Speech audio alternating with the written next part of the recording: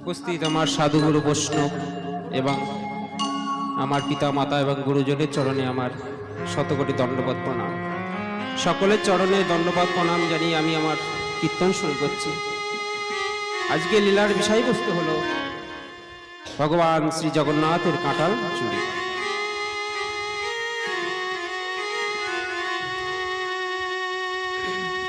শ্রীরামের নবদ্বীপ মাঝে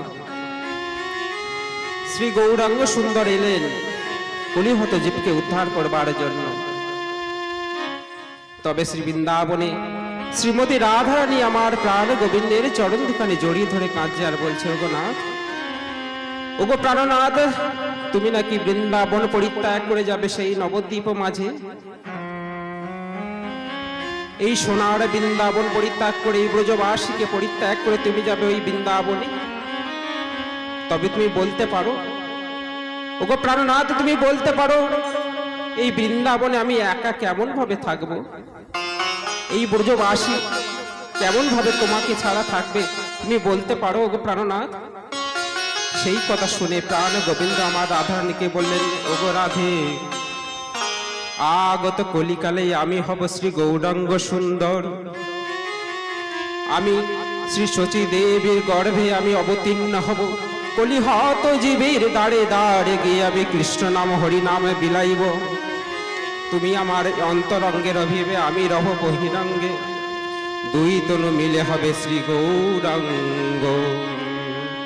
সেই কথা শুনে আমার প্রাণময়ী রাধারানী আমার গোবিন্দের চরণ দুখানি জড়িয়ে ধরেছে আর কাঁদছে, ওগো নাথ, ওগো নাথ, তুমি যাবে এই নবদ্বীপ মাঝে, কলিহত জীবকে তুমি উদ্ধার করতে যাবে।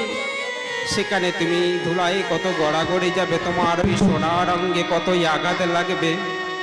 আমি অন্তরঙ্গে থেকে কেমন করে সহ্য করব? তুমি বলতে পারো ওগো নাথ? আমি অন্তরঙ্গে থেকে তোমার ওই বহিরঙ্গের আঘাত আমি কেমন করে সহ্য করব? তুমি বলতে পারো না? ওগো নাথ, আমি একটা কথা বলি শোনো। আমি রব বহিরঙ্গে, তুমি রবে অন্তরঙ্গে। দুই তনু মিলে হবে শ্রী গৌরাঙ্গ।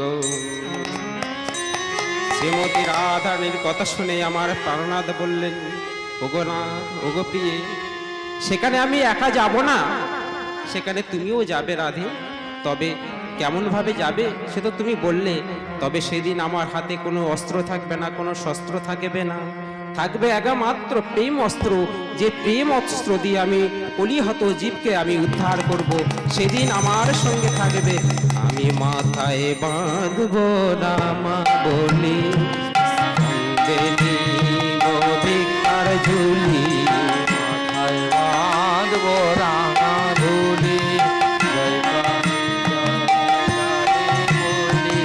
মাথায় বাঁধব রামা বলি, সঙ্গে নিব ভিক্ষার ঝুলি।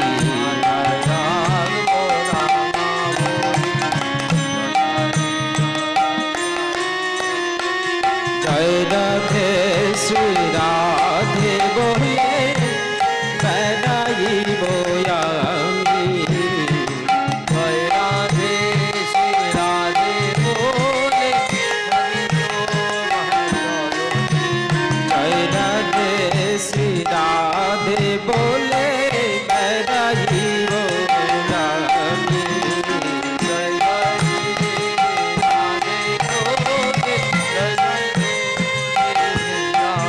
আমি কি করব জানো গো রাধে? আমি দাঁড়ে দাঁড়ে বেড়াইব, দাঁড়ে দাঁড়ে বেড়াইব, দাঁড়ে দাঁড়ে বেড়াইব, দাঁড়ে দাঁড়ে বেড়াইব, দাঁড়ে দাঁড়ে বেড়াইব, আমি দাঁড়ে দাঁড়ে বেড়াইব। জয় রাধে শ্রী রাধে বলে দাঁড়ে দাঁড়ে বেড়াইব। জয় রাধে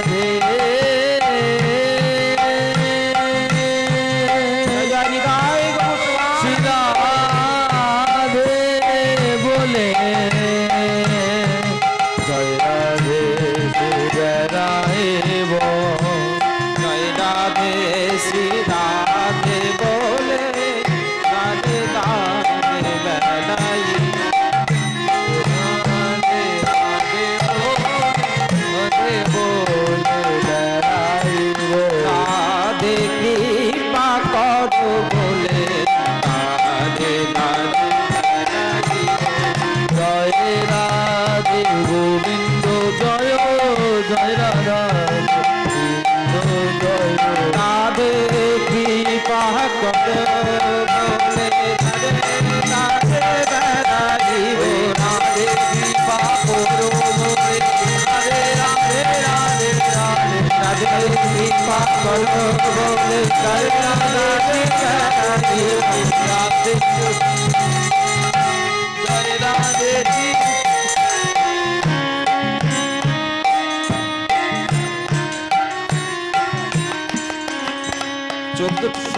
শতাব্দে আমার মহাপ্রভু আসলেন শচীগর্ভ সিন্ধু মাঝে। সেখানে এসে সমস্ত কলিহত জীবকে উদ্ধার করবার জন্য দাঁড়ে দাঁড়ে ঘুরে বেড়ালেন। ওরে কলিহত জীব, তোরা একবার কৃষ্ণ বল, একবার হরি বল। এই হরি নাম ছাড়া কলি জাগে, কলি যুগে কোনো উদ্ধার নেই। তোরা একবার কৃষ্ণ বল, একবার হরি বল। আমার প্রভুই আমার নিত্যানন্দকে সঙ্গে নিয়ে দাঁড়ে দাঁড়ে ঘুরে বেড়ালেন। অক্রোধ পরমানন্দ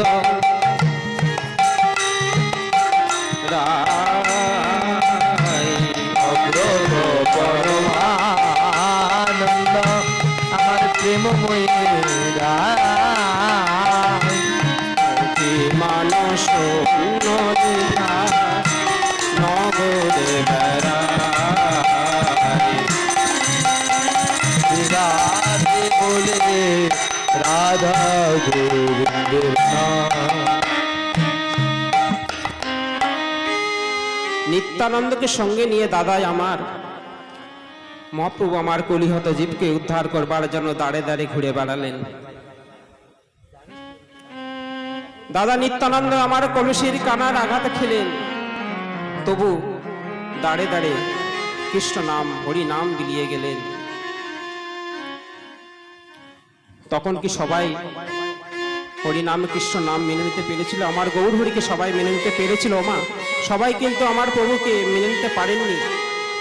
তখনকার দিনে হরি নাম কৃষ্ণ নাম করা কিন্তু নিষেধ ছিল।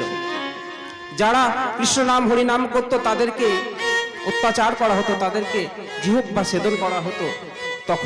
তখনকার দিনে এই হরি নাম কৃষ্ণ নাম আমরা উচ্চ স্বরে আমরা গাইতে পারতাম না। ঘরের মধ্যে নীরবে নিস্তব্ধে হরিনাম করতে হতো। যদি কেউ হরিনাম করছে শুনতে পায়, তখন কাজীর আমাল ছিল, তার কিন্তু কঠিন শাস্তি হতো, কঠিন শাস্তি, কঠিনতর কঠিন শাস্তি হতো। তাই আমরা এই সমবেত হয়েছে আমরা হরিনাম কৃষ্ণ নাম শুনবার জন্য। আমরা হরিনাম কৃষ্ণ নাম দুহাত ভরে বদন ভরে আমরা গাইব। আমরা গৌর তত্ত্ব এখানে সমর্পণ করছি, করে আমরা লীলায় প্রবেশ করব।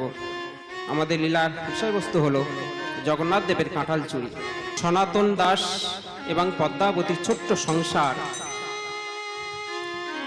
সেই ছোট্ট সংসারে দুজন বলতে আর কেউ ছিল না। স্বামী সনাতন দাস ভিক্ষা করে করে এনে গোবিন্দ সেবা দেয়, তারপরে সেই সেবার প্রসাদ স্বামী স্ত্রী ভোজন করে, সেবা করে। একদিন পদ্মাবতী স্বামীর কাছে বিনয় করে বললেন, রঘুনাথ, এতদিন হলো তো আমার কোনো একটু পুত্র সন্তান নেই, আমার তো কোনো সন্তান নেই, তাই আজ তোমার কাছে আমি একটা প্রার্থনা করব, বাসনা করব, আমাকে একটা সন্তান তুমি দেবে। তুমি তো সারাদিনের জন্য ভিক্ষায় চলে যাও, সেই সন্ধ্যেবেলা তুমি ভিক্ষা করে আসো, সারাদিন আমি একা কেমন করে থাকি বলতে পারো? তাই আমি তোমার কাছে প্রার্থনা করছি, করজোড়ে প্রার্থনা করছি, তুমি একটা পুত্র সন্তান তুমি আমায় দেবে। পদ্মা, পদ্মা, তুমি আমার কাছে সন্তান চাইছো, কিন্তু তুমি তো সবই জানো ভিক্ষা করে আনি, দিন অন্তে ভিক্ষার শেষে যতটুকুনি জোটে সেইটুকুনি নিয়ে আমরা সেবা করি। তার মধ্যে যদি একটা সন্তান হয়, তার বদলে আমি কি তুলে দেবো বলতে পারো? পদ্মা, অমন কথা তুমি বলো না পদ্মা, অমন কথা তুমি বলো না। ওগো না, সে চিন্তা তোমার করতে হবে না, তুমি ভিক্ষা করে আনবে, তার মধ্যেই একটু আমার সন্তানের জন্য হয়ে যাবে, জুটে যাবে। তুমি আমার একটা সন্তান আমাকে দাও। কিছুদিনের মধ্যে ছোট্ট একটি সন্তান সনাতন নামে এক বিপ্র ব্রাহ্মণ, সনাতন নামে কৃপণ ব্রাহ্মণ, পদ্মাবতী নামে পতি দেখিতে সুন্দর, পদ্মাবতী নামে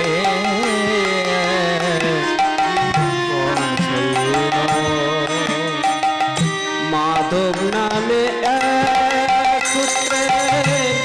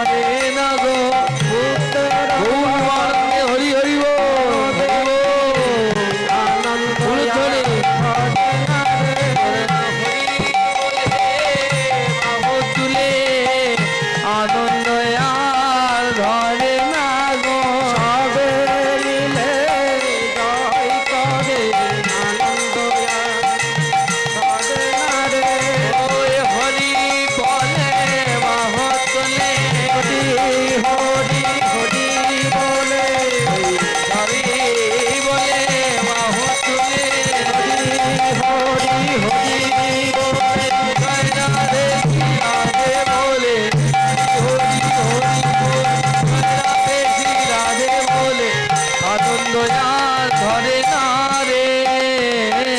পুত্র সন্তান হলেন, তাই ভগবানের নাম দিয়ে নাম রাখলেন মাধব। পিতা সনাতন দাস প্রতিদিন ভিক্ষায় বেরিয়ে যায়।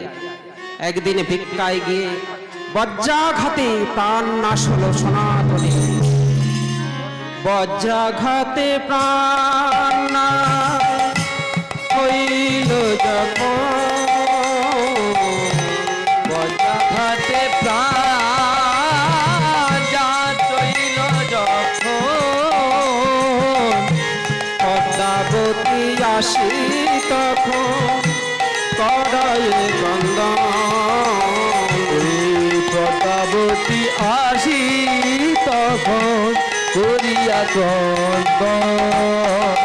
হায় হায় আমার এ কি হলো, হায় হায় আমার এ কি হলো, হায় হায় আমার এ কি হলো, হায় হায় আমার এ কি হলো।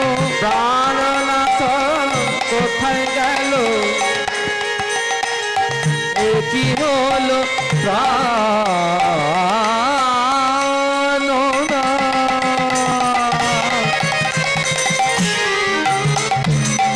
এ কি হলো, হায় হায় আমার এ কি হলো। বজ্রাঘাতে প্রাণ নাশ হইল সনাতনী। মাধবী আমার প্রাণ গোবিন্দের চরণে আছাড় গে বললেন, ওগো নাথ, ওগো প্রাণনাথ, এ কি করলে তুমি? একমাত্র সংসারের সম্বল আমার, এমন নিষ্ঠুর পরিহাস তুমি আমার সঙ্গে করলে না। চোখের জলে নয়নের জলে গোবিন্দের চরণে আত্মনাদ করে কাঁদছেন পদ্মাবতী। মাধব আমার মায়ের মুখের দিকে তাকিয়ে আছে আর বলছে, মা, ও মা, তুমি কাঁদছো, বলো কি হয়েছে? তুমি এমন ভাবে কাঁদছো কেন? বল। ওরে বাবা, আমি বলতে পারবো না এমন ভাবে কেন কাঁদছো, আমি তোকে বলতে পারবো না বাবা। মাধব আমার মায়ের মুখের দিকে তাকিয়ে ছলছল করে তাকিয়ে বুঝতে পারছে না কি করেছে মায়ের। মা আমার অকুল পাতারে ভেসে গেছে, নয়নের জলে বক্ষে ভেসে যাচ্ছে তার। আর শুধু গোবিন্দের চরণে কাঁদছে আর বলছে, ওগো না, হে গোবিন্দ, হে কৃষ্ণ, তুমি এমন ভাবে আমার অকুল পাতারে ভাসিয়ে দিলে, এখন আমি আমার এই ছোট্ট সন্তানের মুখে আমি কি তুলে দেবো বলতে পারো? সে তো তার পিতার অপেক্ষায় বসে আছে, তার পিতা কখন এনে তার মুখে দুটো অন্ন তুলে দেবে জন্য বসে আছে। আমার পিতা কখন আসবে, কখন এসে তার বদনে দুটো অন্ন তুলে দেবে। আজকে তার বদন থেকে তুমি তার অন্নটা কেড়ে নিলে। আমার মনে মনে চিন্তা করছে, আমার এই ছোট্ট সংসার, আর এই ছোট্ট সংসারে আমার ছোট্ট একটি সন্তান, এই সন্তানের বদনে আমি কি তুলে দেবো? সে সকালে উঠে তো আমার, সে তো সকালে উঠে আমার কাছে, মা, আমায় খেতে দাও, আমার ক্ষুধা পেয়েছে, আমাকে খেতে দাও। আমি কি খেতে দেবো তার বদনে? তাই আমি এ প্রাণ রাখবো না, আমি আত্মহত্যা করব। আমি এ প্রাণ রাখবো না, আমি আত্মহত্যা করব। আমি বদন, আমি আমার সন্তানকে আমি আর দেখাবো না। এই বলে মা যখন এই আমার রাত্রে বেলা বিছানা পরিত্যাগ করে যখন আস্তে আস্তে যখন পা ফেলেছে, দেখছে ছোট্ট মাধব আমার মায়ের অঞ্চল কোণে জড়িয়ে ধরে শুয়ে আছে। মা যখন আস্তে আস্তে করে যখন বেরিয়ে যাচ্ছে, দেখলেন আঁচলে যেন টান পড়েছে, কে যেন আঁচলটা ধরে ধরে রেখেছে। মা আমার এগোতে পারলেন না। মা পেছনে ফিরে তাকিয়ে দেখে তার ছোট্ট সন্তান মাধব আমার আঁচল কানে জড়িয়ে ধরে শুয়ে আছে। মা বলল, ওরে মাধব, ওরে মাধব, ছেড়ে দে বাবা, ছেড়ে দে, আমাকে চিরদিনের জন্য বিদায় দে বাবা। তোর পিতা তোকে ছেড়ে চলে গেছে, আমি তোকে কেমন করে মানুষ করব, কেমন করে বড় করব, তোর বদনে আমি কেমন করে অন্ন তুলে দেব বাবা? আমি অসমর্থ, তাই আমি এই দেহ রাখবো না, এই প্রাণ রাখবো না। আজ আমি দেহ ত্যাগ করবো, প্রাণ ত্যাগ করবো, তুই আমায় ছেড়ে দে। ওগো ভগবান,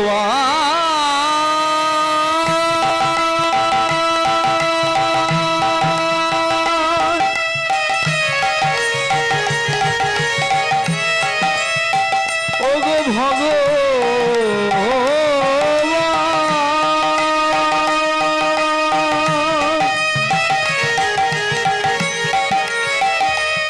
ভগবান,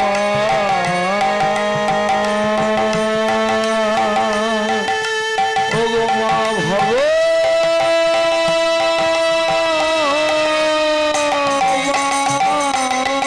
মায়ের অন্তর আত্মা থেকে যেন কে যেন বলে উঠল, পদ্মা, পদ্মা তুমি আত্মহত্যা করবে। আত্মহত্যা যে মহাপাপ। তুমি যদি আত্মহত্যা করো, তোমার এই ছোট্ট সন্তানকে কে দেখবে বলতে পারো? সে যে অনাথ হয়ে যাবে, সে চিরদিনের জন্য অনাথ হয়ে যাবে, সেই সংসারে একা হয়ে যাবে। তাকে কে দেখবে, কে মানুষ করবে? সে তো তোমার আশায় অপেক্ষায় থাকবে। পদ্মাবতী আর দেহত্যাগ করা হলো না। সকালে উঠে ব্রাহ্মণের দাঁড়ে দাঁড়ে গিয়ে ভিক্ষা করছেন আর বলছে, ওগো ব্রাহ্মণ, ওগো কে আছো, আমাকে দুটো ভিক্ষা দেবে গো? কে আছো, আমাকে দুটো ভিক্ষা দেবে? আমার ঘরে আমার ছোট্ট সন্তান আছে, যে সন্তান আজ অনাহারে উপবাস আছে, তার বদলে আমি কিছু অন্ন তুলে দেব। কে আছো, কে আছো, কে আছো গো, দুটো ভিক্ষা দেবে? আমার কোনো কড়ি লাগবে না, আমার কোনো কড়ি লাগবে না, আমি তোমাদের বাড়ি এমনি কাজ করে দেবো। তার পরিবর্তে আমাকে কিছু প্রসাদ দেবে, যে প্রসাদ আমি আমার সন্তানের বদলে তুলে দেব। ব্রাহ্মণের দ্বারে দ্বারে